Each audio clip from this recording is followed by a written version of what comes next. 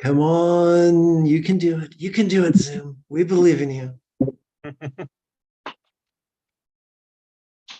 Okay, so now I get to prevent the reverb. And okay, Cowabunga. So, first of all, Simon, I'm going to tell you something you're not going to feel comfortable with.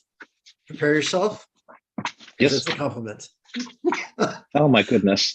Yes, if I had a hat, I would take it off to any mental health care professional who has the wisdom and the humility to ask for assistance.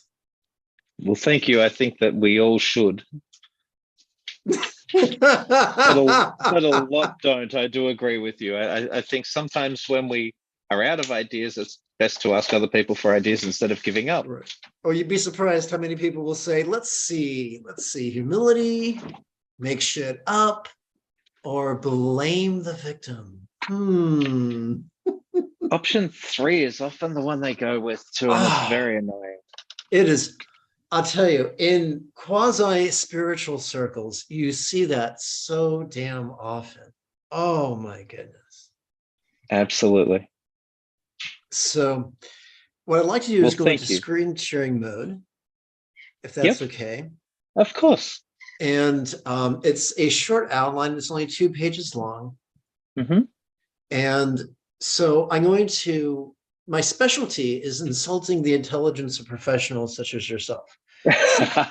I like it. Thank you. Thank you. So we're going to start in communication is the key here. You know, it's, you know, I'm reminded of the line from Hamlet. Oh, what a tangled web we weave when at first we practice to deceive. And when I think of a tangled web, I think about the developmental processes and the cerebral cortex of those who are gestating and will be born autistic. But one of my favorite things is the overlapping Venn diagram between psychotherapy and neuroscience and anthropology. And so you and I both know that mammals, especially primates, a big part of our learning is modeling. Absolutely. We see that in cats and dogs, for God's sakes. And so that's the strategy I'm going to present to you today, is a modeling strategy that can work to a certain degree on cats and dogs, not as well as our friend who's autistic. And one of the cool things about autism is it's the quick path to great genius. So who knows how much this individual will comprehend. And you told me he's 21, correct? That is correct, yes. And forgive my assumption, male or female? Male. Fabulous. For the sake of anonymity, we're going to call him Joe. Yep. I'm American, so that's short for Joe Mama. Nice. Or a cup of coffee, I believe, for Americans. Well, if I was sophisticated, sure. So the techniques I'm going to give you work absurdly well. They're predicated upon, when I first began studying hypnosis and meditation, it was very, very prefrontal cortex oriented. And in my studies and training, the brick wall, the metaphoric brick wall I kept running up against was, what do we do when the prefrontal cortex is not available? I'm a big geek. Are you a geeky guy? Kind of, yeah. Do you remember way back in the 80s, the first Ghostbusters movie? Oh, heck yeah. It's a classic. So I've got a quiz for you. Our boys are on the top of the skyscraper overlooking Central Park. They've just spoke to Zool. And Professor Vinkman turns to Aegon and says, Aegon, you got any ideas? Do you remember what Aegon says? I do not. Peter, I am terrified beyond the point of rational thought. I'm terrified beyond the capacity of rational thought. The irony is that even though he was that scared, he could cobble together that remarkably cogent sentence. I But love that. thank you.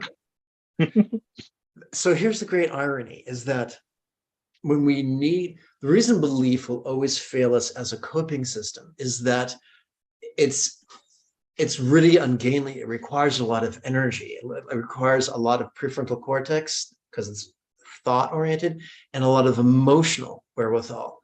And when there's a sufficient amount of stress and fatigue, those things are not available. But what's really cool is we always have our autonomic nervous system available. We always have, 100%. as long as we're respirating, we have access to our sympathetic and our parasympathetic nervous systems. And so when the contemplative arts work, that's a very big if. It's because people are taking advantage of those primal aspects of the oldest part of our brain. So that is what this is aimed at. Because look at a cat. There's not a whole lot of forehead there, is there, Simon? Absolutely not. But they can still access their autonomic nervous system. So the techniques I'm going to give you are based on modeling and entrainment. Do you have any experience with neurolinguistic programming, Simon? Only obviously there's conditioning. That's about what I understand is conditioning responses and that type of thing. You know, Pavlov's dogs and getting responses by positive and negative reinforcement, that type of thing. All right. So one of the tools, did you, back in the 90s, when the crust of the earth was still cooling, there was a movie by Michael Crichton called Rising Sun. Do you remember that? I don't believe I've seen that. It was with Sean Connery and Wesley Snipes. Okay. And there's So this. was that the submarine one? No, that was Red. Hunt for the Red October. Yes, Red October. Yes. Yeah. So there's this scene, a bar, and there's a troubled Japanese executive, probably in his 60s, and some young Turk of a executive tries to allay his fears, and all he earns for his labors are withering glances. So Sean Connery sits next to the CEO at the bar. They're not facing each other. They're shoulder to shoulder, just staring at the rows of overpriced liquor. And Sean Connery's character adjusts his posture to mirror the CEO's posture. And he adjusts his breathing to mirror the exact breathing, the shallowness and the rate of the CEO's breathing. And it is as if Sean Connery's character is allowing himself to take on the electromagnetic burden of what the CEO is feeling. So he's matching, but he doesn't try to manipulate it. He just stays there passively. And after a few moments, the CEO's posture, it becomes erect, as if a burden was literally lifted off his shoulders. So true pre-verbal empathy is healing. Yes? Yeah. Additionally, if we have rapport and we've done some contemplative work on our own, then the person sitting next to us can entrain up to that. So in a few minutes after I go through the specific techniques, if you're amenable to it, I'd like to teach you their mental component. Not that you'll be able to verbally transmit it, but if you play with this, maybe for like a few days, twice a day for a few days, Joe will be able to entrain to you. Okay. Now, I wouldn't bet your life on it, but it would be really cool if it worked. Absolutely. So we'll come And back I to will owe you a cup of Joe. You can owe me an organic carrot because Lovely. I'm an animal. I'm out of control. So we will stick a proverbial pin into this and come back to it in a few minutes. Yep. So we're going to, there's a few variations of the autonomic reset. So am I correct in assuming that Joe lives with his parents right now? No, he lives in accommodation. Okay. So do you visit Joe? Or is Joe brought to you? Yes. He's brought to you? Well, I attend his supported accommodation. So you visit him. Excellent. Yes.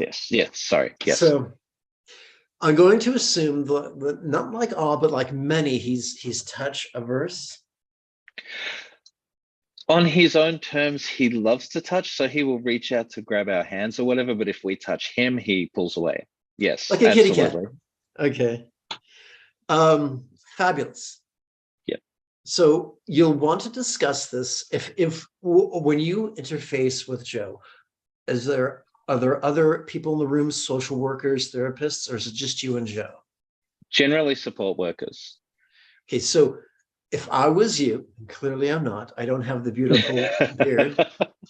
Actually, I grew a beard, but I'm such a pussy that it burned my skin. Really? That's not good. Yes. So clearly you're more of a butch guy than me. But look, that would have been a great focus for meditation. Yes, and for an encore, I will sit in a nest of fire ants because absolutely. So I would give your fellow mental health care workers a heads up before you do this. Otherwise, who knows what their reaction would be. Yeah. But after you've developed a modicum of rapport, a re-established rapport with Joe, something you can do is there's an old llama trick. One time I encountered a homeless fellow, and he was deeply agitated, and I greeted him, and I established some rapport, and I asked him, may I give you a mental margarita? May I put your stress on hold just for a few moments? And he was like, hell yeah. So I wanted to prevent culture shock. He said, so what I'm going to do, Sam, is I'm going to put my hands about 18 inches over your head, and I'm going to snap my fingers while looking you in the eye and fiercely uttering a nonsensical syllable like pay. I'll do that 2 or 3 times, and then we'll just sit together for a few minutes. I did, and he felt great. Now, obviously, because Joe's pre-verbal, would have to modify the approach. And the approach is through, back in the 80s, do you remember the ongoing Saturday night skit, Master Thespian? But that must be an American thing. I don't think I know that. No worries, no worries. Like a melodramatic guy on stage, I'm going to unplug. So this is sound quality, and I'm going to go into a full screen mode. Come on, full screen mode. Let's see here. I want to hit that. I want to go to view. I'm going to go to speaker. Whoops, different speaker. There we go. Come on now. Don't be that way. View. Well, that's just weird, isn't it? Okay. We'll have to use an alternative strategy. View and gallery. Okay. So,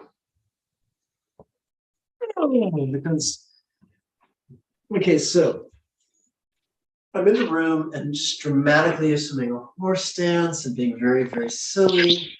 But by doing this, I am capturing attention. Mm-hmm. And so I'm going side to side and swinging my arms, and maybe I'm looking at different people and smiling and nodding. And then I'm raising a head dramatically like an ill-mannered American tourist. And I'm snapping my fingers. Yeah. And then you can go like this and nod your head, and people will start doing it with you. And then dramatically, you know, like you're a musician, and a magician, sit down with a flourish, make yourself comfortable, nod your head, go like this. Everyone joins you, continue snapping. And then just rest. So while you're doing that physically, I'm going to show you the mental counter, the silent technique. And the silent technique, come on, machine, don't be that way, is on the in-breath, you silently and mentally recite, notice this, because as you already know, our inhalation correlates with our sympathetic nervous system that supports the sensory acuity that allows us to notice vulnerably, passively, and viscerally and randomly. Mm-hmm. As we exhale, that helps us to automatically access our parasympathetic nervous system, which supports both our physical relaxation as well as our mental release. And despite all that neuroscientific gobbledygook, notice this relaxing is pretty easy. It requires zero faith in any real or imagined entities. Mm-hmm. And so you can just sit, let's just try this for 3 breaths right now. Okay. Now, because Joe has a tendency for rage, Yep.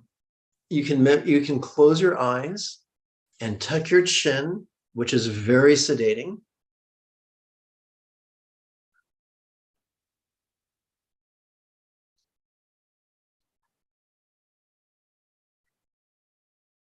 Now, Simon, if this works, I would be delighted but surprised.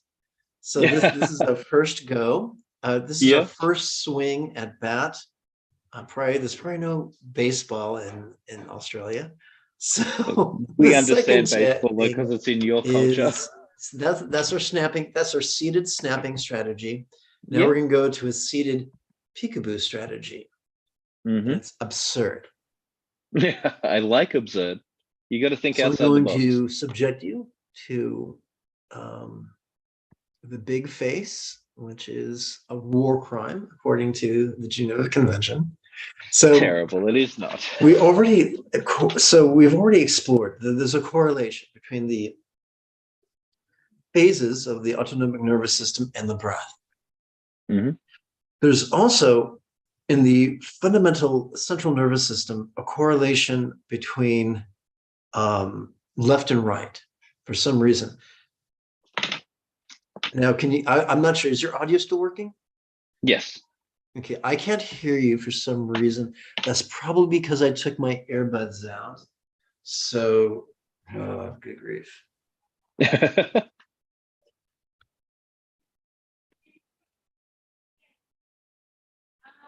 Can you hear me now? I can definitely hear you. Can you hear me? Yes. Now, when I was standing up, were you able to hear me then? I was, yes. Oh, excellent. So, right. So, a therapeutic modality called the autonomic reset, you're probably familiar with, has to deal with turning the head. Yes.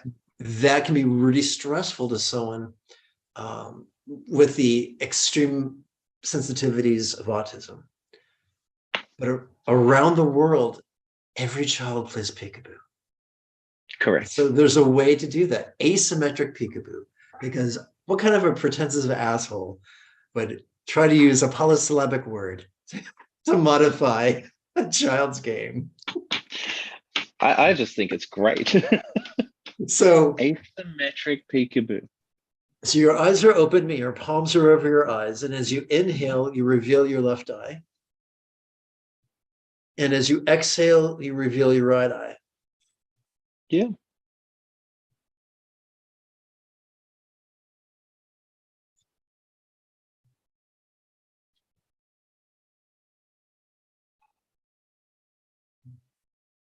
Now, besides looking like a villain in a, oh, what's it called? Who was that Mexican director who does the creepy stuff? Tarantino? No, he's American. Is he? The guy who did. No, that's an actor. Let's see. He's chubby. He did the first. Oh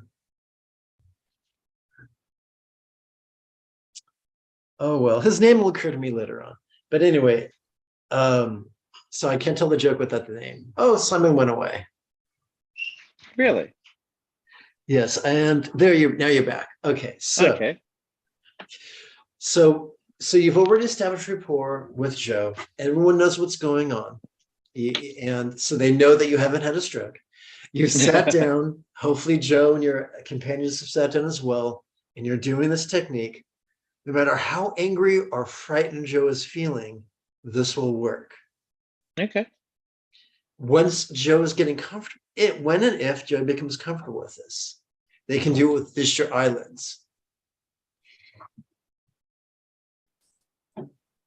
2 more times together.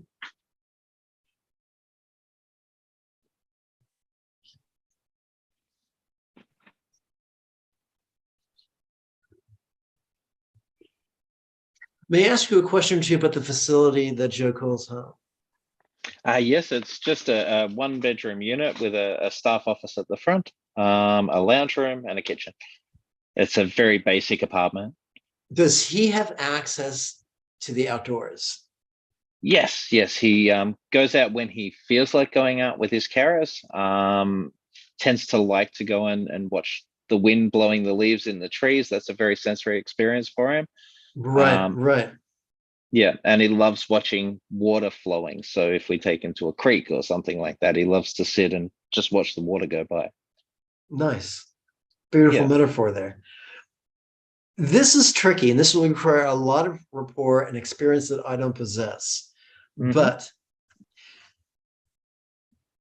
the American psychotherapist,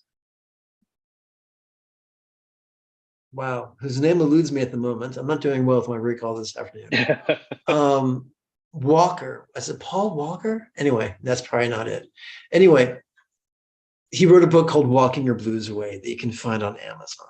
And it turns out that brisk walking, when you're agitated, can massage your hippocampus, which acts, as you already know, it acts like the bouncer or the doorman at a club. Yes. And trauma occurs when he's not letting anyone in. But swinging your arms and brisk walking can help you to process whatever's bothering you, even if we don't have words for it. Allow me to, once again, insult your intelligence. Go for it.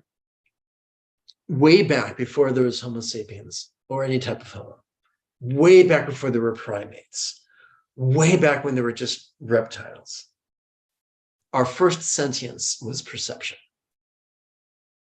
This pre-reptilian perception, when we were living at the bottom of the ocean floor. Some form of perception. As we evolved in complexity, perception gave birth to recollection of perception and anticipation of perception. So the armature upon which our mind is built is very, very simple. It's based on the autonomic nervous system, and it's based on perception. walking, so we can process memories for which we have no words for. Back in the 80s, remember the movie Crocodile Dundee? Absolutely. That's an Australian classic. He talked about the walkabout. Yes, He went on a walkabout after his divorce. indeed. And he learned that from the Aborigines. Our indigenous people do go on walkabout, yes. And we even saw that in the American movie. Oh, what was the movie with, boy, I'm having some problems with recall this afternoon. Tom Hanks. Life is Like a Box of Chocolates came out in the Forrest mid-90s. Gump. Forrest Gump. When he woke up and Robin was gone, the woman he was in love with, he went on a walkabout, well, a runabout, but the same idea. Yeah. So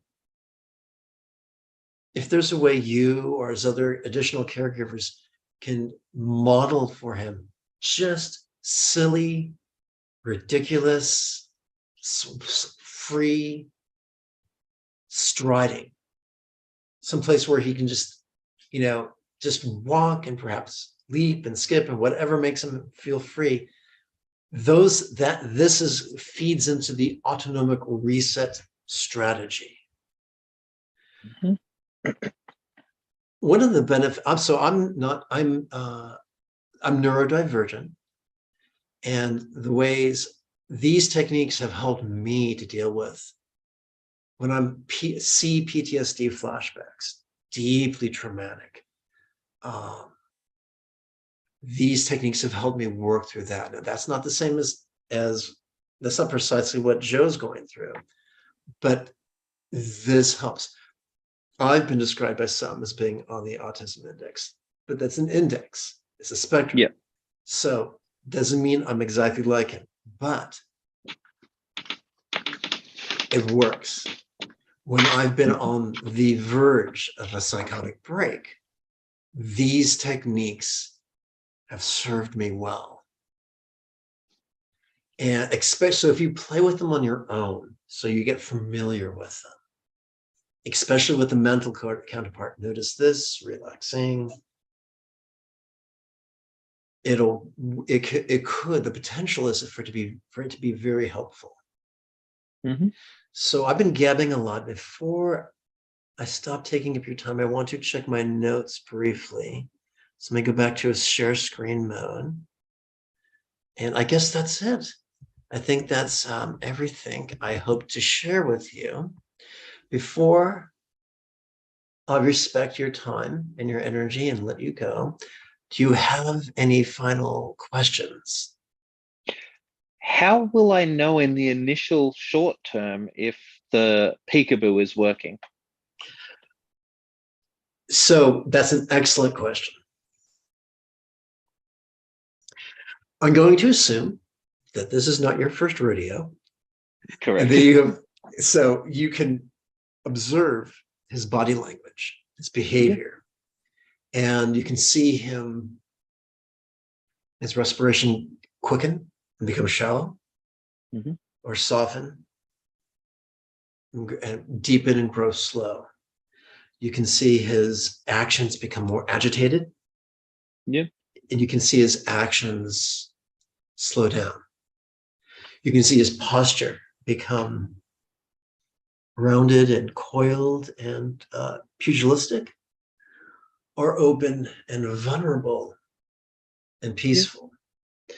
So, in the early 80s, there was a movie called Iceman, where Timothy Hutton resurrects a Neanderthal who had been flash frozen, because Hollywood.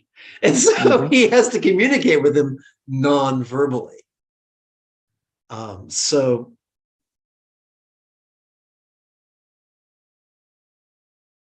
it will be challenging. And unfortunately, it's going to be more of an art than a science. Yeah. But so how many times a week do you get to interface with Joe? At least twice, often 3 or 4 times. Beautiful. The more you do this, play with all these exercises, which will be available to you because I'll send you the link. Wonderful. Thank you. And if you can, sit down with your coworkers or your fellow caregivers and let them watch the Llama Jigme show. So everyone's on the same page. The more this happens, the more it will give him the tools he wants, because no one wants to have a shit fit. No one wants to go ape shit crazy. Not even apes. I know. I've asked. They've told me they don't like it. I agree. Their general nature is peaceful. Right. Unless you're a chimp.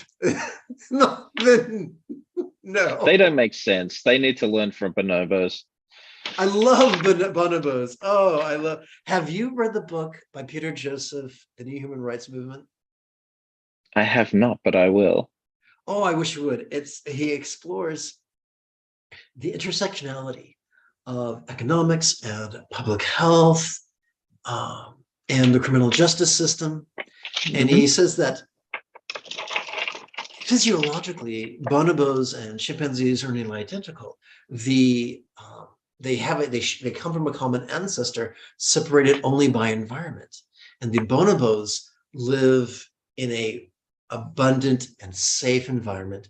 Chimpanzees live with scarcity and peril. And what a wonderful exploration of chimpanzees who are ruled by their amygdala and bonobos who are ruled by their anterior cingulate gyrus, their empathy center. So, love that book. You can find it on Amazon. What was the name again, sorry? Sure, it's The New Human Rights Movement. It's by Peter Joseph. Personally, I find it dense reading, so I just got the Audible book and listen to it when I take my morning walk. That tends to be how I do books as well these days. Isn't Audible wonderful? It really is. It really is. Well, I thank you so much for your time. I really appreciate it. I hope that I can reach out to you again if there's any questions that arise. But yes, and please give me a progress report. Absolutely will. I always do when I've reached out for help. I have worked with a lot of nonverbal autistic, but this is the first hearing impaired nonverbal autistic, and it's just so many more layers of challenge. Oh yeah. So I guess you're a psychotherapist. Are you a social worker or a psychotherapist? Social worker.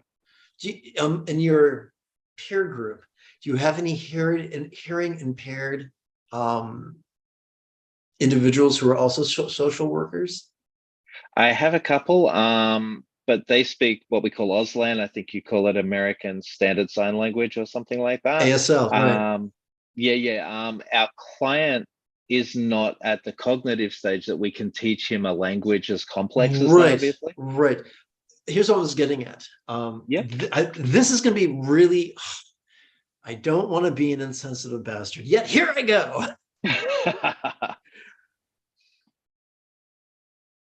If you speak to social workers who are members of the deaf community, they will tell you that the human development is different in the hearing impaired community. It occurs, but it's different. And it's the communication of emotion is less nuanced with outspoken language. That's what I was told, and that's what that was my experience to a little degree. Intuitively, it makes sense, doesn't it? They're not getting the same conceptual awareness that we have of the nuance, as we would say. So, if you could buddy up with a hearing impaired social worker and force him against his will, tie him to a chair, make him watch this video, feed him graham crackers, and then watch this video. Nice. But he might have some useful insights. And his body language could be even more free than your body language. because he's had to rely on body language to communicate more dramatically or to a greater degree than you or I have. Yeah, that makes sense. I really like that. Thank you so much for your help. You are utterly welcome. I look forward to hearing how your adventure unfolds. Absolutely. Thank you so much. You're I utterly really welcome. appreciate you. You have a wonderful day. You too. Bye-bye now. Bye.